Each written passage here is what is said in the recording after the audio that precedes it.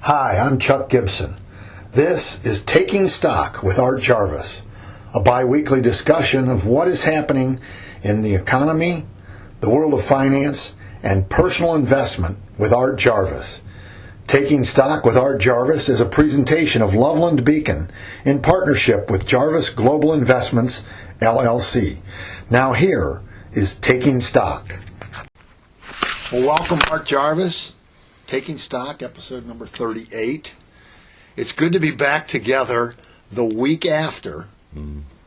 True. So, and you know, the week after the election results are in, there's still a few stray campaign signs out, but that was the big thing for you, is like, can't wait until Wednesday, November the 6th, the day after the election, so the campaign signs disappear. Yeah. It takes them a while to get them all gone. Well, there's always a straggler here and there, but if I had to give a report card grade this year, I'd have to give them a solid C, because those signs did seem to take a lot longer to come down this cycle than they have in the past. So, but if that's the worst thing that happens to me, I guess I'm in good shape. So. I'm going to join in right along with you and call it a C. And you and I talked the day after the election, or maybe 2 days after, we chatted for a few minutes, and I told you, I get out on my bicycle and I ride, and there are signs up all over the neighborhood still, and I'm like, I really wanted to jump off the bike and just flatten every sign, right. Lay them down in their yard. And I'm not saying this sign or that sign. I'm saying every sign. Yeah. No matter what the issue, no matter what the candidate, make your signs go away. Thank you very much. So, I'm with you, a solid C. So if you put a sign somewhere, make sure you go pick it up the next day or before the next day. I could be generous and maybe say a B minus. Yeah, I'm not feeling that generous today, so we'll see. Anyway, well, we got the results. A lot of people stayed up, so I don't know when they got them, but we'll say on Wednesday, the day after the election, the results came in, and certainly on the presidential election and other elections as well. So how did you put it? I believe the way I put it, if we're on the same page here, I said Main Street and Wall Street have spoken. Exactly. Is that what you're talking about? Exactly. Yeah. And so that's where we're going to start, a little bit on the election results. Main Street and Wall Street, and the key part of that for taking stock is and Wall Street, because what happened immediately following the election results? Yeah, Wall Street went through the roof. I mean, it's kind of very seldom do you get a 2.5% move in one day in the market. Yeah. And not only did we get a 2.5% move, the next day we got a 0.75% move, and the next day we got a 0.38% move, and then Monday we get another positive move. I mean, the market, that says two things. One, apparently Wall Street likes the outcome. They feel that is positive for the economy. They feel that is positive for corporate earnings and things like that.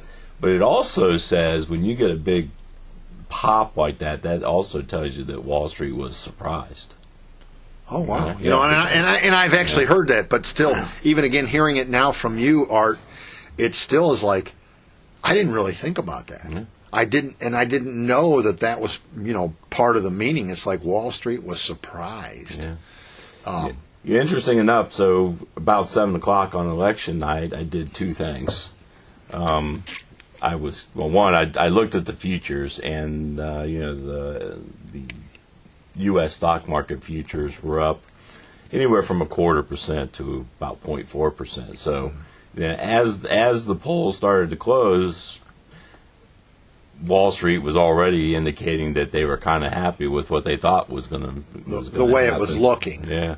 The other thing is, I went to Vegas to see what the odds were, to see if they actually did odds on the presidential election, and surprise, surprise, they do. You can bet on the presidential election. Now I really am stunned. Yeah, and the odds were in Trump's favor. So if you looked at the lines and things, they were. Vegas was indicating that they felt that Trump had the edge in the election, which I found kind of interesting. I mean, I'm not sure I'm going to make that in a factor in investing, but I was like, well, right there at 7 o'clock, there's two things that are that are indicating, Trump at least has a chance. That he has the edge, and that Wall Street liked it. Yeah. So, but I think the biggest thing, Wall Street, it's just me kind of kidding around a little bit, but it was something I looked at. But, the positive increase that we have seen in the last 4 or 5 trading days. Well, today's a down day. Tuesday, November 12th, is a down day. It needs to cool off a little bit. I think, this market has moved so much that, we talked about in the past is going too far too fast. Right. But someone texted me and said, something about, Trump's election already has a positive impact on the economy. And my response was, it hasn't had any impact on the economy, but it has had an impact on the stock market. So, right. We haven't had a huge increase in corporate earnings. We haven't had a huge increase in consumer spending, and those kind of numbers that we look at. But people seem to believe that going forward, if we're looking 12, 18 months out, that things today are looking way better than they looked a week ago from an economic standpoint. So yeah. At least in the marketplace. Yeah. Well, so Wall Street was surprised. Very much so. I don't know what Wall Street's response was to the thing that I called the next surprise. And I don't know if you're going to admit that it was a surprise to you. I know it was something you didn't think should happen. But the next thing on the table of taking stock news in the marketplace was our good old Federal Reserve came through. Trump got elected Tuesday. The results in the news were happening all day Wednesday. And then on Thursday, the Federal Reserve lowered the interest rate 0.25%. Yeah, we've talked about that. I'm just a little guy from Loveland, right? So nobody. Guess what? The Federal Reserve's not calling me and asking me what my opinion is. But I really didn't think we needed a 0.5 point move back in the middle of September. I didn't think we needed a 1/4 point move here last week either, especially in light of what occurred on Tuesday and Wednesday. It changed things, okay? It changed perspectives. It's going to change numbers and things like that. So, yes, I was surprised that they went ahead and did the 1/4 point last Thursday. So, okay, so you admit, it was necessary. You admit that it was. I know. Yeah. We know that you were clearly, didn't think it should happen. But the question was, did you think it would or wouldn't? And so it was a surprise that it did happen. I was surprised because I'm I go by what I'm learning from you in our conversations, and I was quite certain, based on that you were probably on the right page, thinking that that's not going to happen, and then it did. So I would put it this way: I wasn't stunned. I got you, but it was a little surprising, especially once again because of what happened with the election and things like that. That Again, I'm not at the level of these guys. I'm not the economist that these people are and things like that. But I don't see. There's another Fed meeting in December. I would not have seen the harm in waiting another month and doing a 1/4 point. Well, do we know? We know what happened. We know what the decision was, and the decision was to lower the interest rate by a 1/4 point. Do we know, how did that go? Was there members of that board that said no?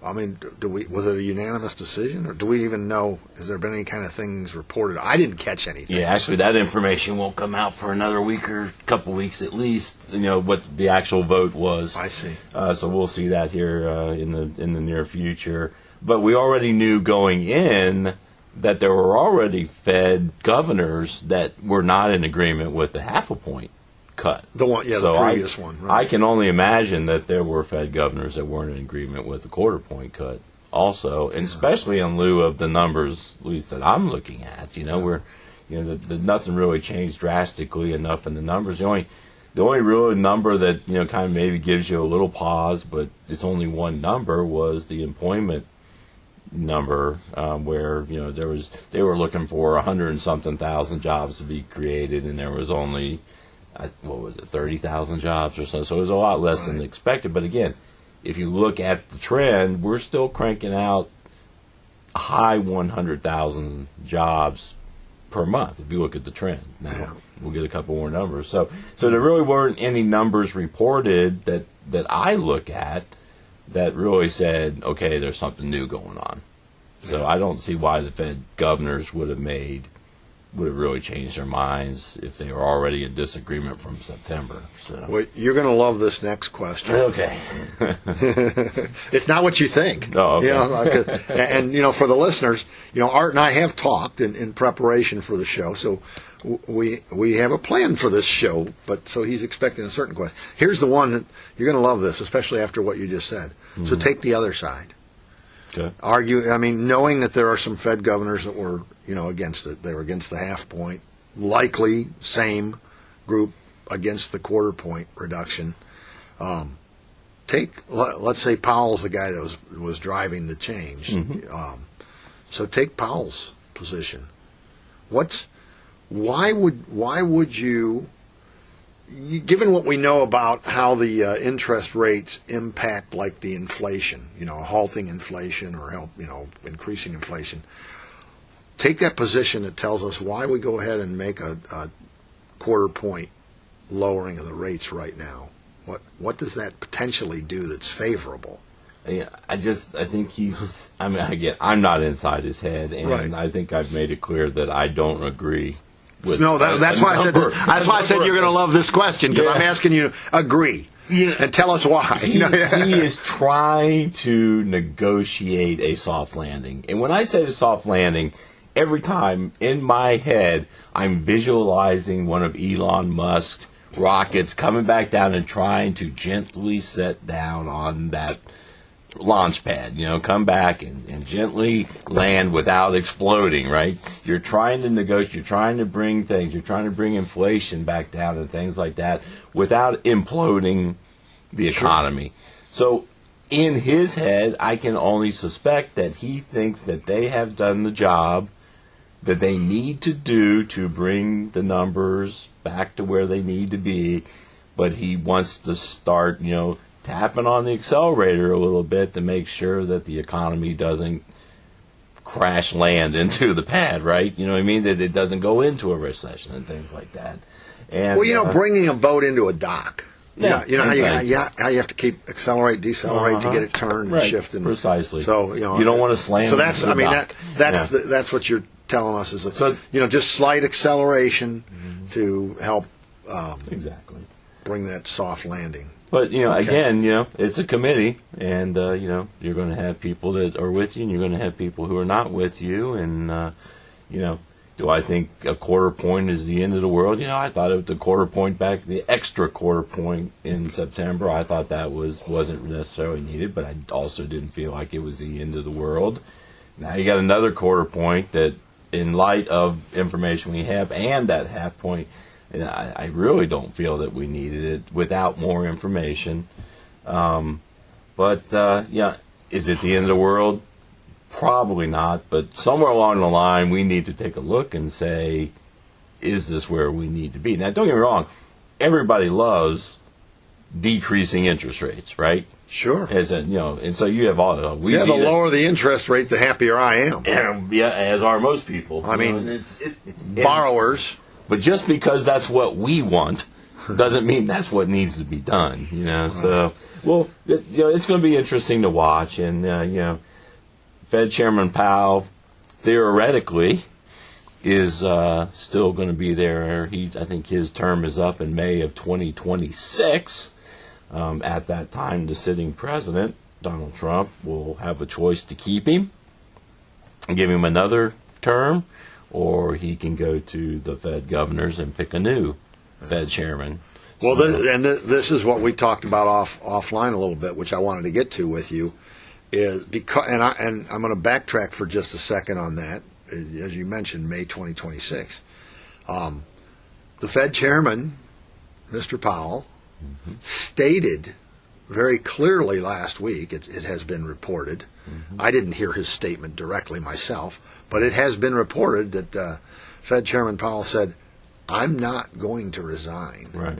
And so there's two pieces to that. One, okay, he's not going to resign, but it's also an indication, like, is there a feeling on his part or on the marketplace's part that, President Trump, when he takes office in January, is not on the same page with the economics that Powell is, and that he would maybe prefer to see Powell step aside and appoint his own chairman before that May 2026 expiration of the current term.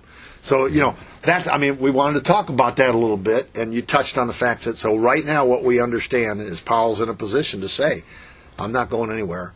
My term doesn't expire until May 2026, to the best of our knowledge. Yeah, exactly. And he also made the statement that if asked to resign, I'm not going anywhere. I'm not going to resign. Right. But then he also said that the president can't fire him.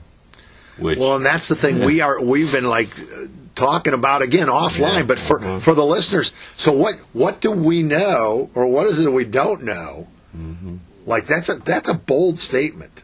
Yeah. And I immediately wondered. Well, wait a minute, and it makes sense. That the president doesn't have that. But who has the authority to remove him before the end of a term, if not the president? Right. And we don't know the answer to that. The answer to that is that it has not been tested in court. And I don't know. You know what? We're seeing a lot of court proceedings these days. Why not test one more, right? I can think of reasons not to, but anyway, I understand the question. As you're well aware, I work very hard when we do this show not to play politics. Okay? Right. I try to put everything in perspective from an economic perspective and what I believe will be best for the U.S. economy, the world economy, things like that. Those kind of things. Now, again, no one's calling me and asking me my opinion, but I will give credit that I believe we are very close to having negotiated a soft landing from where we were. Okay? So there's your compliment on a criticism sandwich, right? But the problem is we can't forget that the Fed is who caused the problem in the first place. Okay? The Fed was severely late in starting to raise interest rates. We pumped $6 or $7 trillion into the economy. Because of that, we had 10% inflation in 2022. Now we have interest rates that were at, let's just say 3%, and now they're at 7%. The treasuries went from 0.5% up to 5% because we had 12 rate increases, and we were doing rate increases at 0.75 of a point at a time. Okay? That's because the inflation horse, not only did we let the inflation horse get out of the barn, we let it jump the fence and it ran over into the next county. Okay? So we're trying to keep the inflation horse in the barn, but now it's over and we had to drag inflation back into the barn, right? And the impact, we all know that where we are from a cost standpoint, the things we are spending way more money on things in our life, and many of those things are things we have to spend money on. We have to spend money on fuel. We have to spend money on food and groceries. We have to pay rent, or we have to pay our mortgage, or we have to pay our real estate taxes and things like that.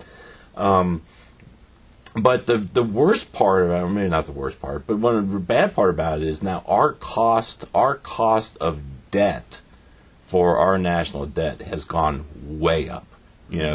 Billions and billions of dollars each year of extra that we have to pay on our debt load to service the debt load because of how far interest rates have moved up. And I will submit to you and I'll argue it to the death that it was unnecessary. Now, I'm not saying interest rates weren't going to go up, right. But my point is if they had started 6 months earlier after pumping $6 or $7 trillion into the market. If they had started 6 months earlier, they could have dealt with that inflation with less, severity to the impact it had on all of us as Americans. So, okay, I'll step off my soapbox now, but but that's not, again, for me, that's not a Republican Democrat thing. That's a Federal Reserve thing. Well, and that, which leads to the next question I was thinking about was, does the Federal Reserve typically mirror the policies of the current administration? Again, going back to, there's two, that's the question, but it goes back to the question, if the President of the United States has no authority over the Federal Reserve Board, chairman and down, then, they could, the Fed can do what they want. In general, there is a separation there. Right? So you're right. But then, so at the end, yay or nay, does it at least tend to mirror the policies, the economic policies of the current administration, would you say? I would say I don't have an answer for that. Yeah, we'd have to look into that. Yeah, it's easy to say there should be a clear separation there, so it should not, right? Right. It's easy to say that. But if you got an entire administration, then you're presenting to Congress, and you can't tell me there's not some kind of pressure, right? And do you bow down to that pressure, or that's why you stick with what you believe? So. And again, to me, what's okay, they surprised us with the rate reduction of quarter point last Thursday. But then the other thing that's surprising to me is, the election results are in.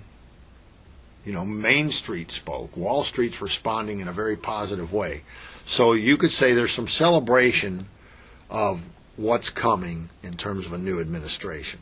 And in the midst of that celebration, the surprise to me is that the Fed chairman would come out and say, I won't resign. Why do you even want to tell us that there might be like a little tiff between you and whoever's coming in? And again, you make a great point. I'm learning as we go about how the Federal Reserve works and how that board works, and that separation that's supposed to be there. And somebody's saying, you're not going to come in and tell me because I'm not going anywhere, and we're going to do what we do. So I don't know. Yeah, there's a different way. If someone asked him that question, there are a couple different ways to answer that question, and he chose that. That was kind of bold. That's the word I used. I thought it was a rather bold statement, and it indicated, just maybe a little touch of controversy before there needs to be any. Yeah, I agree. He's. Yeah, this is maybe he voted for the other candidate. Well, I'm not going to We're not going there. I'm just saying, throw that into the mix for fun. But it's I don't know. Yeah, and anyway, it should be what it should be, and what is usually two different things in this world. But here's the thing. He's. I'm sorry, Art. He just, in my opinion, he hasn't done a great job. Okay, I bring me back a Ben Bernanke. Do you want to fire him? I think there are better opportunities out in the world for him, to be honest. So, there's your answer to your question. And again, I love that. I work really hard. We're not playing politics here, but you're talking about the economic aspects, and you've agreed or disagreed with what Federal Reserve Chairman Powell has done or not done in the most recent years. I think there's a better person for the job based on the way things. And again, he's been there for a while. Don't forget, he was the Fed chairman when Trump was president.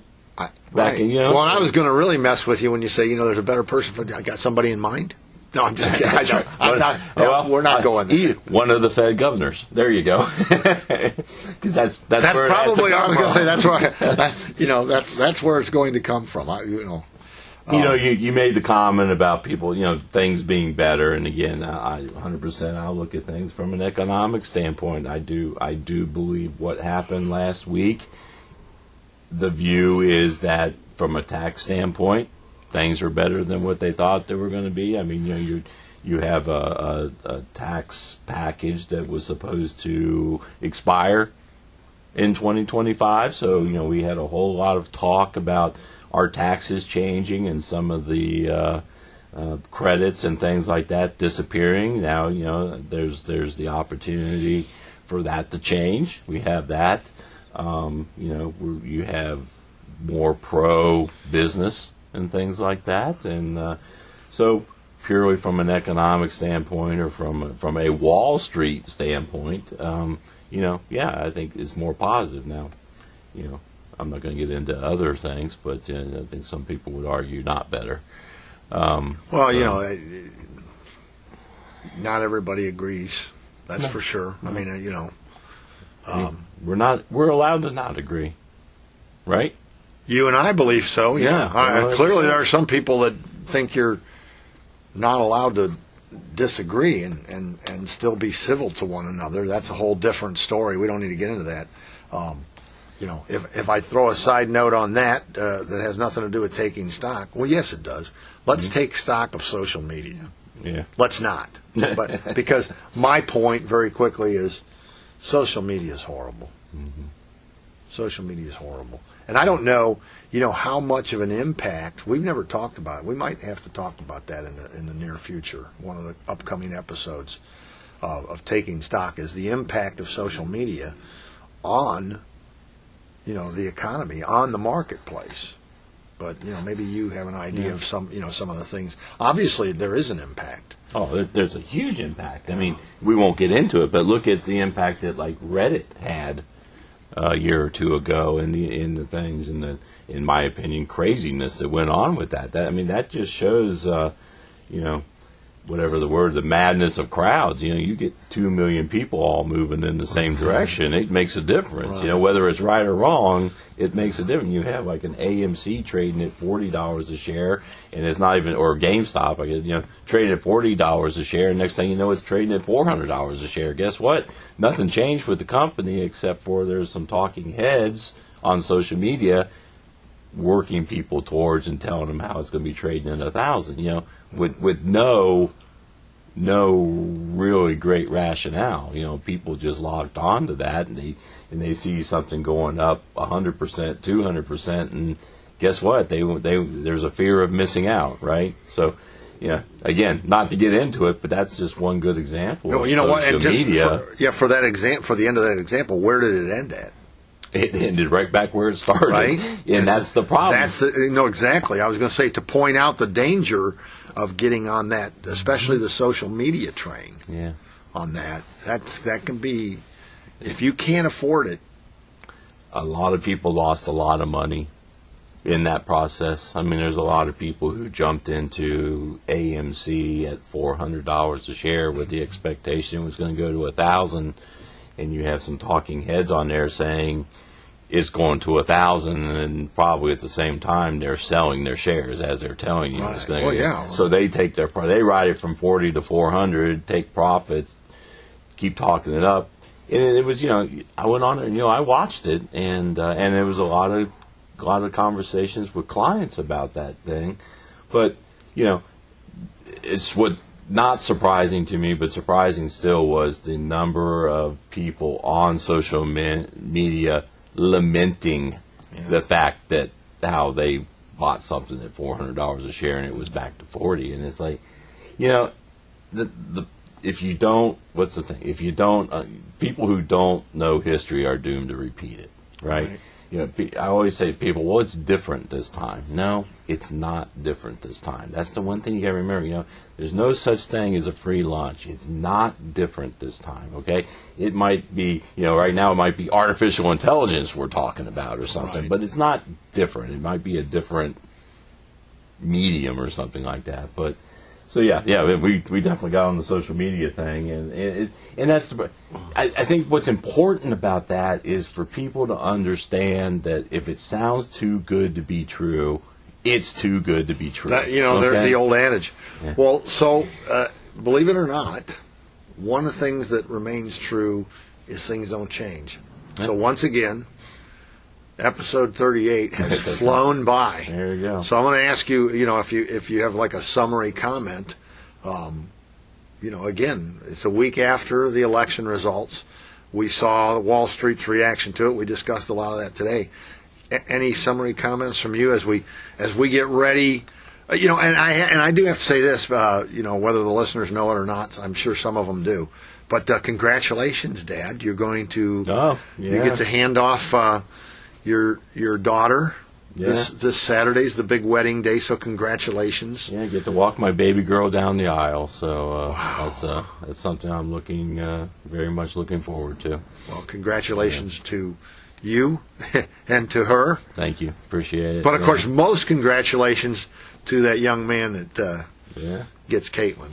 Yeah, we'll give him a shout out. He's truly, you want the best for your kids, and he is truly a fine young man, and he comes from a great family, and the whole thing couldn't be happier. So it's good stuff. Yeah. Well, so from myself and from my lovely bride Sue, we wish Caitlin and Jim the very best, and congratulations to you and to Kim, and probably somewhere in there, Austin's probably happy too.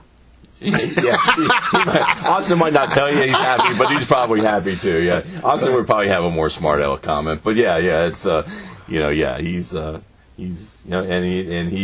he's not too far away from doing the same thing himself. Right. So that's coming. So it's good stuff. But if we have to look, we're going to wrap things up. I think my final, I was already generally positive about things going forward.